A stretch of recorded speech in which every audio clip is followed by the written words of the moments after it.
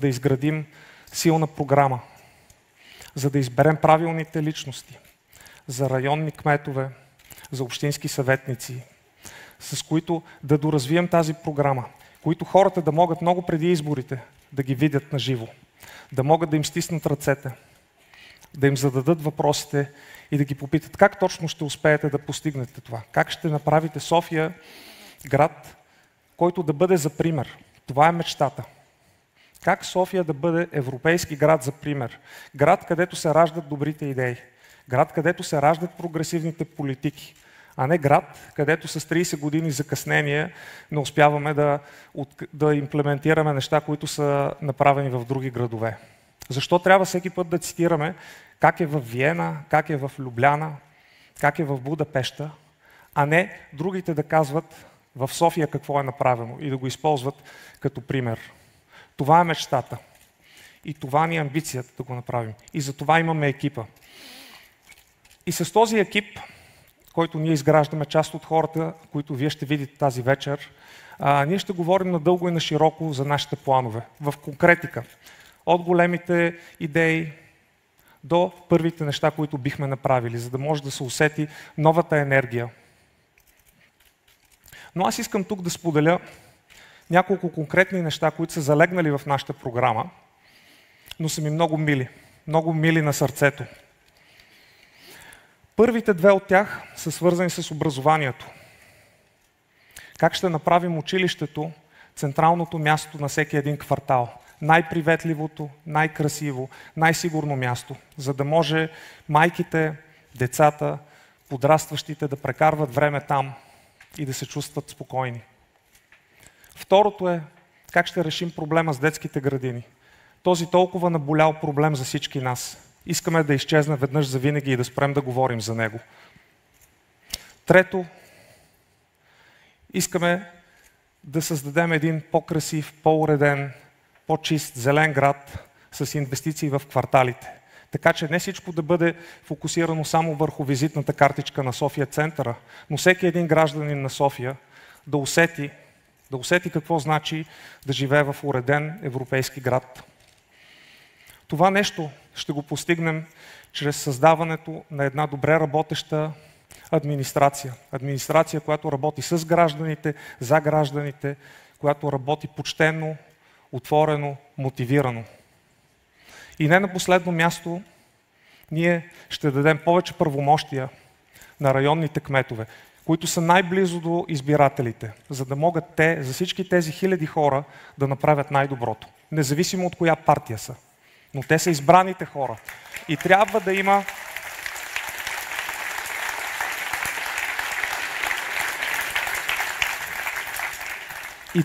има правила, така че те да знаят на кой служат. Не на централната власт, те служат на гражданите, които са ги избрали. И ние ще им дадем средствата да могат да го правят все по-добре. Амбицията ни е след 4 години, живот и здраве, когато се съберем пак тук, да се погледнем в очите и да сме доволни, че не е имало големи разлики между това, което сме казали и това, което сме изпълнили. Да знаем, че сме положили една здрава основа, върху която всички след нас да могат да градят все по-големи неща, все по-красиви, все по-амбициозни. Но всичко това започва с първия камък. И тук искам да ви разкажа една притча за калния път, която много пъти съм разказвал на моите деца. Имало едно село, което било доста отдалечено от всички други села. Най-близкото до селото го деляло един дълъг кален път, където хората постоянно затъвали до колене, били изключително нещастни, било им трудно, но нищо не правили. Само били нещастни от това и мрънкали. Един хубав ден, един младеж взел един камък от двора и го помъкнал, за да го сложи в началото на този път. Всичките го гледали с присмех и с учудване. Какво точно прави той? Защо? Нали следващата крачка след този камък, той пак ще падне в кълта. И така е станал. Вокалял се. Но това не го спряло на връщане от другото село пак да вземе един камък и да го сложи в другия край на пътя. И това го повтарял всеки път. И насмешката на хората поне на част от тях почнала да изчезва. Част почнали да му помагат. Къде от съжаление, за да не бъде сам. Къде защото вече виждали, че има смисъл. Защото всичките тези камъни, те се натрупвали. Им ставало по-леко да домъкнат следващия камък и следващия камък. Скоро почнали да се калят само до глезените. Пак било кално, но вече било проходимо. Почнали да могат да минават с коне, с каруци, да взимат все по-големи камъни, които да ги полагат. И не след дълго вече имало прекрасен кълдъръмен път. И хората много бързо забравили какво значи постоянно да затъваш в кълта до колене. И че няма нужда да бъде така. Няма нужда да бъде така. И не бива да се примиряваме с всичко. Трябва да полагаме камък по камък, за да може калните пътища да ги забравим, да ги оставим в миналото и да имаме тази основа, за да мечтаем все по-смело, все по-нависоко да гледаме и да реализираме потенциала ни. И аз много искам да ви благодаря на всички вас, които сте тук, на всички, които ни гледат, на всички, които вярват, че София може да бъде по-различна, че сте тук с нас, че мечтаете за един по-хубав град и искам да знаете, че ще го направим заедно. И се борим за 3 неща като финал, които искам всеки един да запомни и които ще чувате от нас. Ще се борим за убедителна победа на местните избори, за спечелването на кметското място.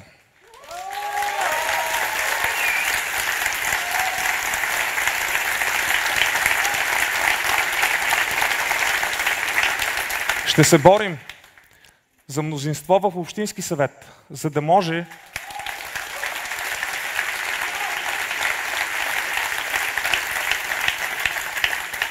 може всички тези добри идеи да не останат добри идеи, а да бъдат реализирани в конкретни политики.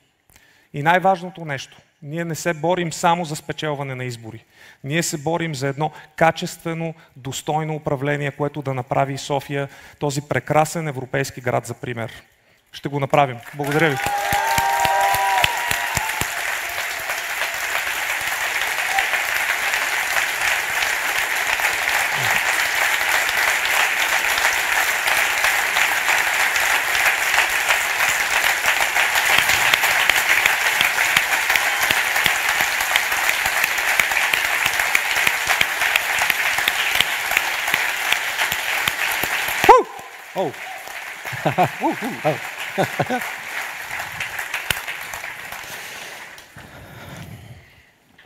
Това е човекът на действието, който просто случва абсолютно всичко. Добре, да се върна. Истинският екип обединява мотивирани хора, които играят заедно като един отбор. Знаят какво правят, защо го правят, имат си доверие и са склонни да изтърпят много болка, за да се реализира голямата обща цел. До Васил застава човек синоним на непримиримостта към посредствеността и боец за по-добра София, заедно с отбора от сърцати хора на Спаси София.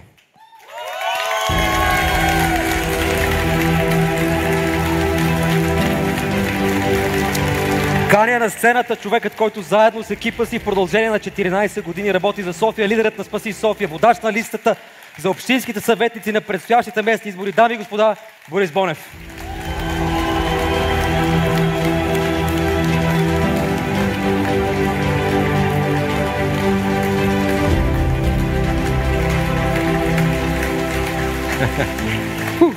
Здравейте! Здравейте! Изключително се вълнувам да съм тук. Васко, благодаря ти.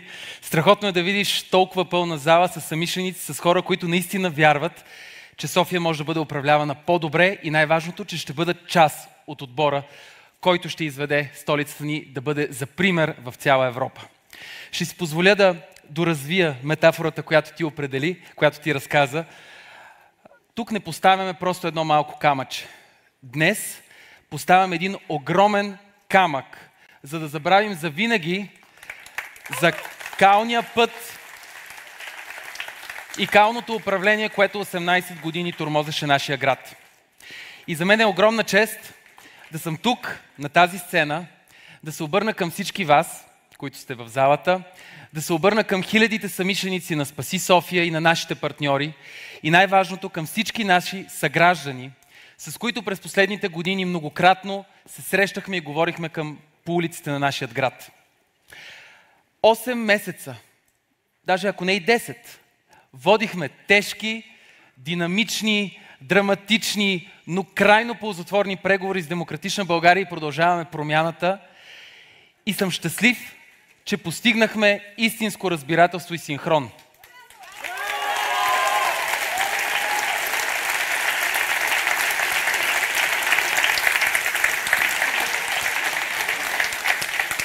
А постигнахме това разбирателство и синхрон, защото всеки един от нас си даваше ясна сметка, че целим да създадем конструкция, каквато не е правена досега, която не просто да спечели изборите в София, но и да управлява града след тези избори по нов начин. Освен това, знаем какво ще заварим след 18 години ГЕРБ на власт. Знаем и колко високи са вашите очаквания за новото управление и че искате и искаме най-сетне да заживеем в един по-добър град.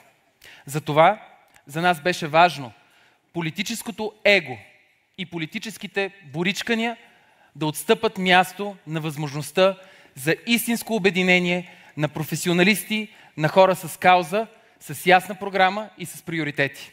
Така че браво за това, че успяхме да го постигнем.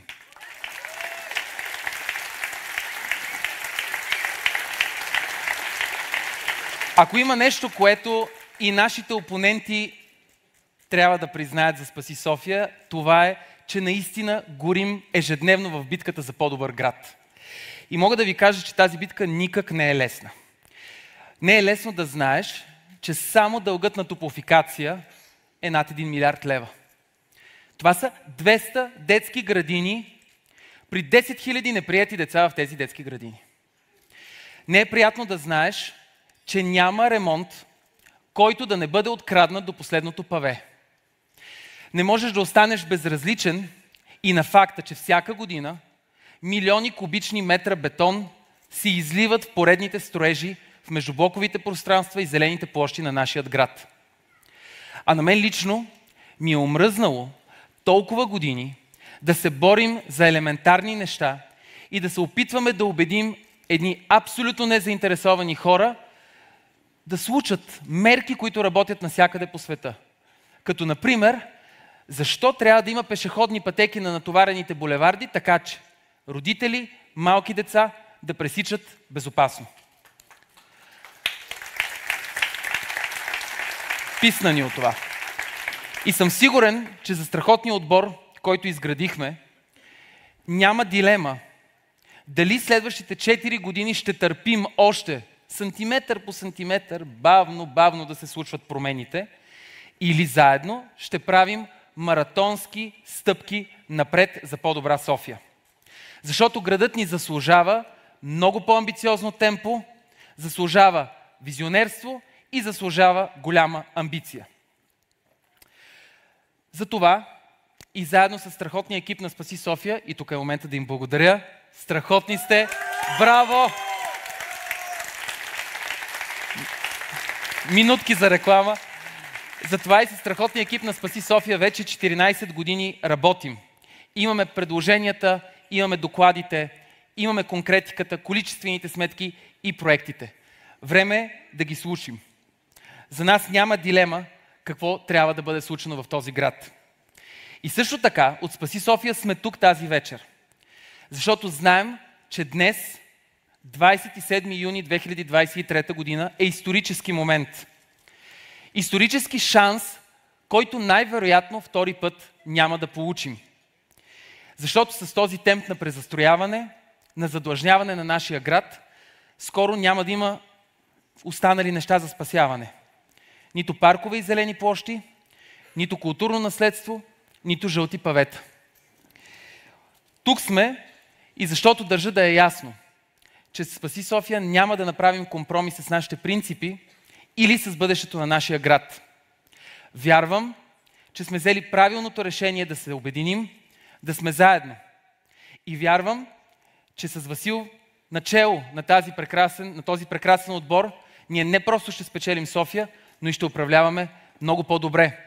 Защото сме създали отбор, който не просто работи заедно, Отбор, който се допълва взаимно и който се мотивира един друг.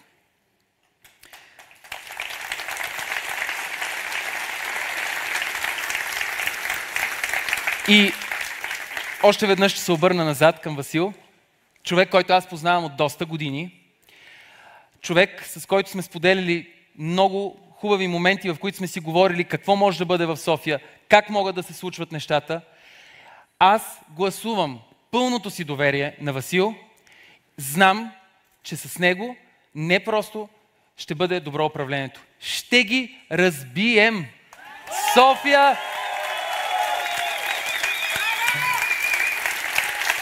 София ще бъде град, с който наистина ще се гордеем. Но понеже това не е работа за индивидуални хора и индивидуални личности, тук е момента да кажа наистина, че имаме целият инструментариум зад нас. Огромна програма, конкретни мерки и стотици посветени експерти и хора, които са готови да влязат в тази битка с нас. И това е нещото, което променя правилата на играта. Но, за да сработи този механизъм и инструментариум, е изключително важно, освен кмет, разбира се, да се случат още две неща. Първото е пълно мнозинство в Общинския съвет.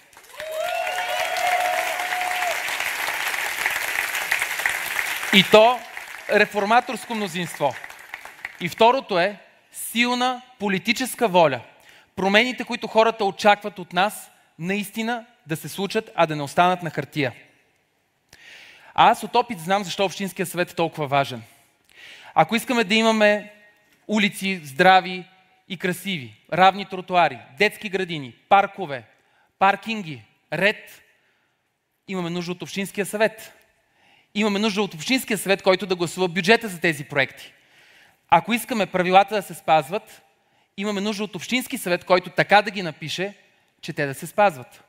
А ако искаме да спрем презастрояването в кварталите, имаме нужда от Общински съвет, който да промени устройствените планове.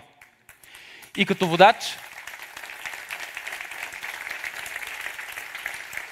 като водач на общата ни листа за общински съветници, се обръщам към вас и ви призовавам. Подкрепете ни. Подкрепете ни силно. Агитирайте вашите приятели, вашите роднини. Всеки глас има значение. Защото без мнозинство в Общинския съвет трудно ще случим промяната, която всички от нас очакват. И рискуваме да отворим вратата за политическо търгашество, за плаващи мнозинства и всякакви други неща, които не искаме да виждаме в местния парламент на София. Именно за това сме и заедно и заставаме тук пред вас, за да случим този разгромен резултат на изборите. Знам, че ще е необходима много политическа воля и за да освободим градът ни от клещите и от далаверите, които са го завладяли. И знам, че заедно ще спрем презастрояването на нашите квартали. А това минава през спиране на разпродажбите на общински имоти и спиране на далаверите с разрешителните за строеж. Защото златният век на София не се случва с унищожаването на нашите квартали или с сделки апартамент за законова промяна. Ще спрем некачествените ремонти на улиците, за които са абонирани няколко редовни фирми, абсолютно оставени безконтролни от Столична община. Ще върнем символите на София, Витоша, капалнята Мария Луиза, отново на софиянци, а не да бъдат заграбени в ръцете на олигарси.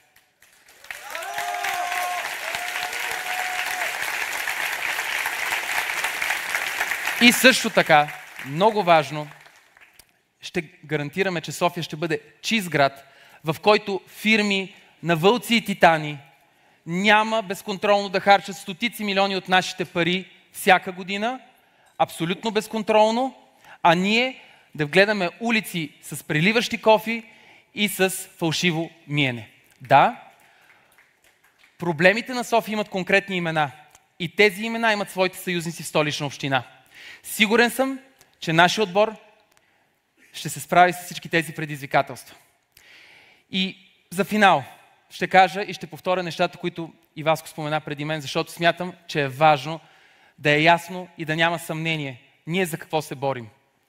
Най-важното, там където хората живеят, в кварталите, да бъде благоустроено и наистина този път да влезем в кварталите, ама наистина, а не само в предизборните програми, както правеха едни други хора. И също така, за финал, този път наистина, ще повторя трите най-важни политически непосредствени цели, които нашият отбор си е поставил. И моля отново за аплодисменти за всяка една от тях, наистина, за да влязат на всеки един от нас в главите. Първо, категорична историческа победа на кметските избори още на първи тур с Васил начело.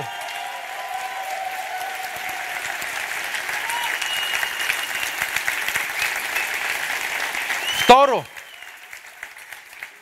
категорична победа на листата ни за общински съветници и абсолютно мнозинство в Общинския съвет на София.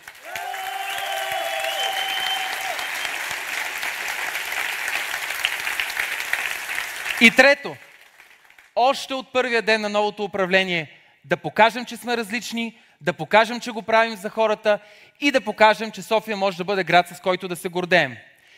И днес ви казвам, време е, чертежите, проектите, решенията ги имаме. Сега е момента за действие. Да освободим София от лапите, които 18 години я държаха заложник. Време е София да бъде град на всички нас. Благодаря ви.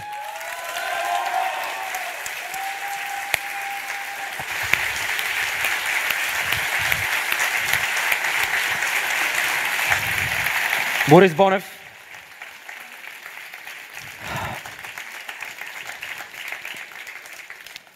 Искам да благодаря на Борис, че се опита да влезе в 2 минути регламентирано време. Аз имах 10. Кратък и изчерпателен. Както винаги. Добре. Зад кандидатурата на Васил застават и партии, които също работят да имаме всички ние едно нормално европейско бъдеще. Така че ще поканя на сцената съпредседателя на Продължаваме промяната, господин Кирил Петков. Заповядайте.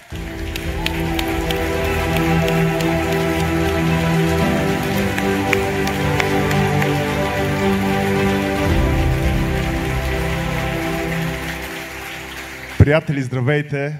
Така като ви гледам, аз съм абсолютно сигурен, че ще отидем до огромна победа за тези местни избори. И съм толкова голям оптимист за София в момента, защото аз вярвам, че този град наистина може да бъде европейски град, от който да се гордеем. И защо съм такъв оптимист? Когато за пръв път се запознах с Васил, той вече беше покорил световните пазари. Вече неговата фирма беше победител в целия свят, в неговата индустрия. Но средствата от тази победа той инвестираше не къде да е, а в образование. С неговите партньори те бяха направили академия, през която стотици млади хора намираха своята бъдеща професия в едни от най-перспективните професии в този момент. И тогава си казах, ами те са като модерните Христо и Евлоги Георгиеви. Предприемачи, успели, но средствата отиват обратно в образование, обратно в бъдещето на следващото поколение. И затова съм абсолютно сигурен, че няма по-добра номинация от тази на Васил Терзиев днес и на целия екип, който заставаме с него, защото той вече е управлявал хиляди хора. Вече е променил съдбата на още повече млади хора. Вече е показал, че може да бъде общественик. И заедно с екипа и на Спаси София, Продължаваме промяната, Демократична България, ние оправиме един огромен екип, който вече има опита да направи истинската промяна. Така че, благодаря, че сме заедно. Вярвам, че победата ще е огромна. Васко, ние сме с теб.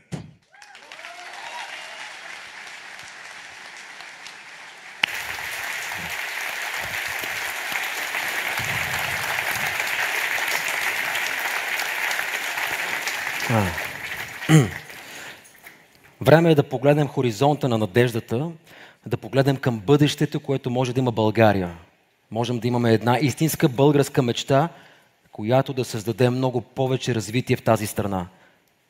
Няма да има решение на нито една криза, без да дадем надежда. Тези думи са на господин Христо Иванов от Да, България.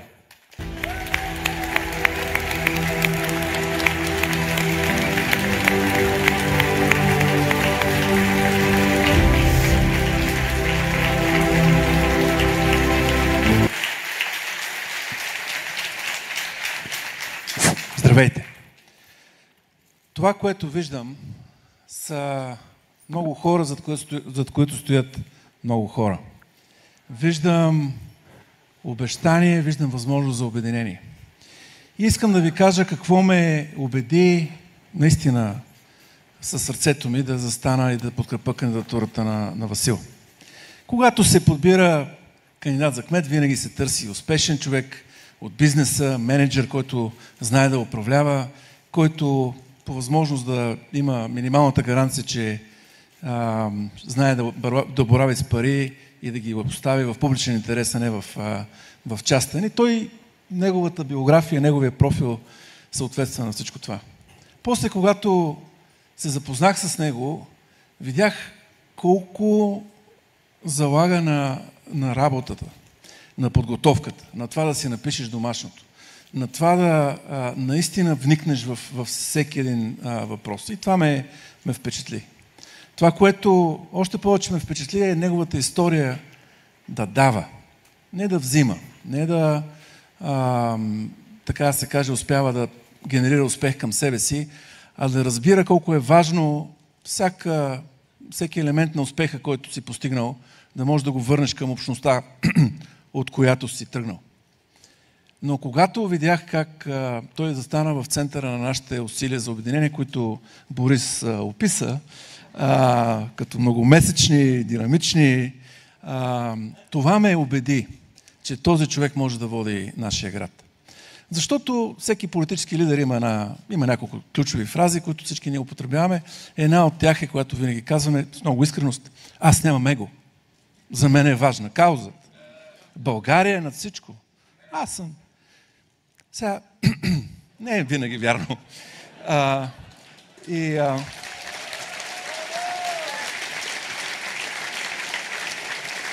И трябва да ви кажа, че ние всички разбираме колко е важно обединението. Всички разбираме колко е важно за София, за нашите съграждани, за нашите мечти, да съберем всички вас тук на едно място и да сме заедно. Но винаги до сега не ни е достигало нещо малко. Винаги до сега това наше липсващо его се обаждаше в неподходящи моменти. И човека, който можеше да застане по средата и да излъчва скромност, съвестност, отговорност, беше Васил.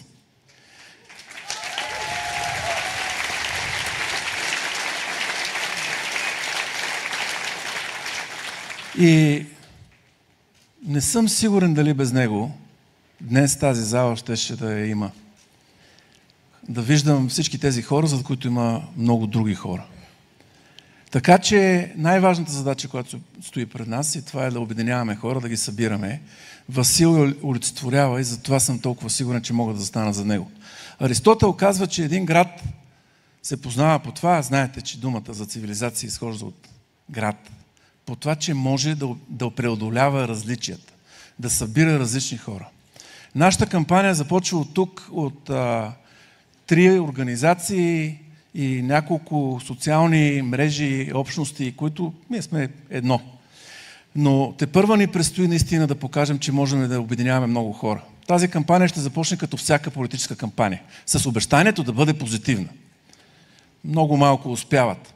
Но аз съм сигурен, че Васил и неговия екип ще могат да направят позитивна кампания, защото те няма какво друго да правят, освен да говорят за бъдещето, за обединението на София във всичките различия, за преодоляването на тези различия, за мечтите, които да ни водят. Защото този град, и страната, в чието сърце се намира той, имат огромен потенциал.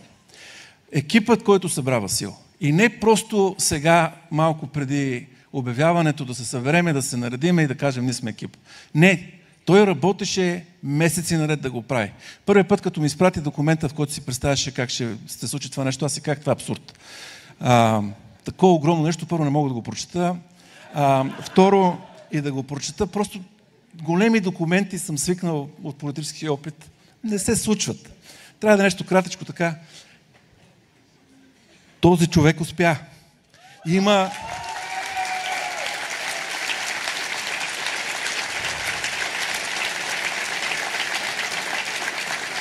Зад него, и това за първи път го виждам, зад него стои абсолютно реален екип, сработен, минал през кризи, минал през драми, всичко сме си измерили, премерили,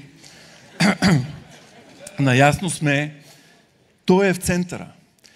И това е гаранцията, че наистина ще може да реализира потенциала на този град. Но най-голямата задача тази е да обединяваме. Да обединяваме хора, които днес може би не мислят като нас, които днес може би не се разпознават в нашата кампания, в неговата кандидатура. Той го може, защото знае да дава, защото знае да слуша, защото знае да води, без да се натрапва отпред. Защото е Васил. Благодаря му за това. Успех!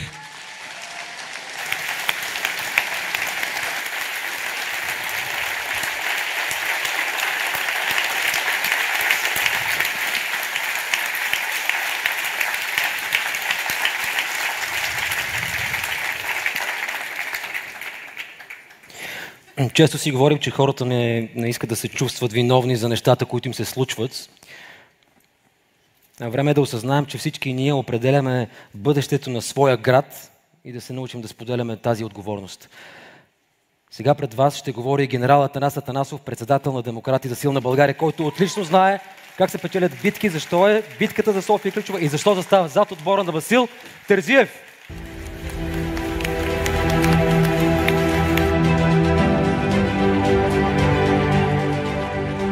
Работи ли? 5 пъти ме предупреждаваха, че имам 2 минути. И правилно, ако искаме да имаме успех, трябва да сме дисциплинирани. Аз вярвам, че тези млади хора ще направят това, което е необходимо, наистина София да стане европейска столица. Тази пълна зала, искрено ви го казвам, ми напълни душата тая вечер. Вълнувам се искрено, защото всички тези млади хора, зад които, както каза Христо, стоят други хора, ще направят всичко необходимо, за да приключи застоя в София.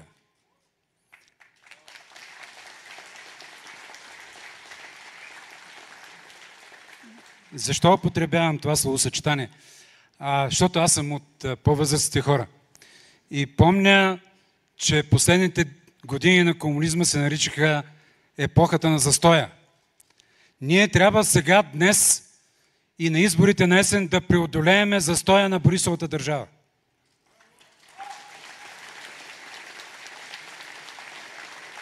Защото управлението на Борисов и ГЕРБ в София наистина беше застой. А София може толкова много. Убеден съм, че ние, побеждавайки на есен, ще направим така, че София наистина да стане европейска столица. И само едно нещо, за да спазя 2 минути. Това ще се случи, когато тези хора затворят корупционните пробойни в Столична община. И тогава ще има пари за толкова много неща. Успех!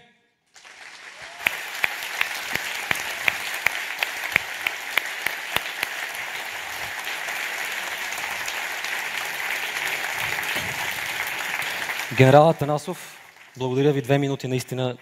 Благодаря ви. Добре, всички знаем, че София е уникална със своите 5 планини, с онази зеленина, по която се прехласват всички чужденци, дори които пътуват с самолета, кацайки. Чували сме го в много разговори с всеки един от вас, убеден съм, но сме виждали тяхното недоумение в очите, защо ние не ценим, защо не развиваме тези дадености. Добрата новина е, че в България София не е сама, има много други прекрасни места, с които се гордеем и обичаме. И може би ще ви очудя, че на нашето софийско събитие ще спомена името на един от градовете, с които се конкурираме най-много – Пловдив.